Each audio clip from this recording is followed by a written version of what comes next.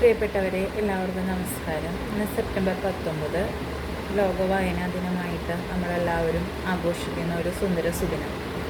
ഈ ഒരു സുന്ദര സുദിനത്തിൽ എനിക്ക് വായിച്ചപ്പോഴും പഠിച്ചപ്പോഴും ഒക്കെ കിട്ടിയ ഒരു നല്ലൊരു വാചകമാണ്.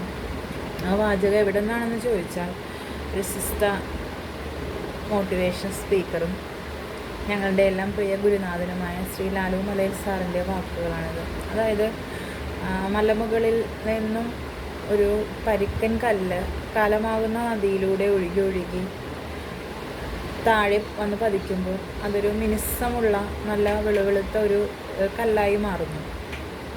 പക്ഷേ നമ്മളൊരു അമ്മയാകാൻ ആരംഭിക്കുന്ന ആ നിമിഷം മുതൽ നമ്മുടെ ഉദരത്തിൽ നാമ്പിടുന്ന ആ ഒരു കുഞ്ഞുമുത്തിനെ ആണോ പെണ്ണോ എന്നൊന്നും മനസ്സിലാകാതെ, കറുപ്പോ വെളുപ്പോ ഒന്നും മനസ്സിലാകാതെ നമ്മൾ അച്ഛനും അമ്മയും നമ്മളുടെ ബന്ധുമിത്രാദികളും അവരെ സ്നേഹിച്ച് പരിപാലിച്ച് കാണാനുള്ള കൊതിയോടെ ആകാംക്ഷയോടെ കാത്തു പരിപാലിച്ച് സൂക്ഷിക്കുന്നു. പക്ഷേ ജീവിതമാകുന്ന നദിയിലൂടെ ഒഴുകി അവർ ജീവിതത്തിൻ്റെ ഒരു പകുതി സ്റ്റേജിലേക്ക് എത്തുമ്പോഴേക്കും ഈ പഞ്ഞിക്കെട്ട് പോലെയുള്ള ഈ ഒരു കുഞ്ഞ്, നമ്മുടെ കയ്യിൽ കിട്ടിയ ഒരു കുഞ്ഞ് എങ്ങനെ പരിപരിക്കനായി പോകുന്നു? അതിന് ഉത്തരവാദി ഞങ്ങൾ മാതാപിതാക്കൾ തന്നെയല്ലേ?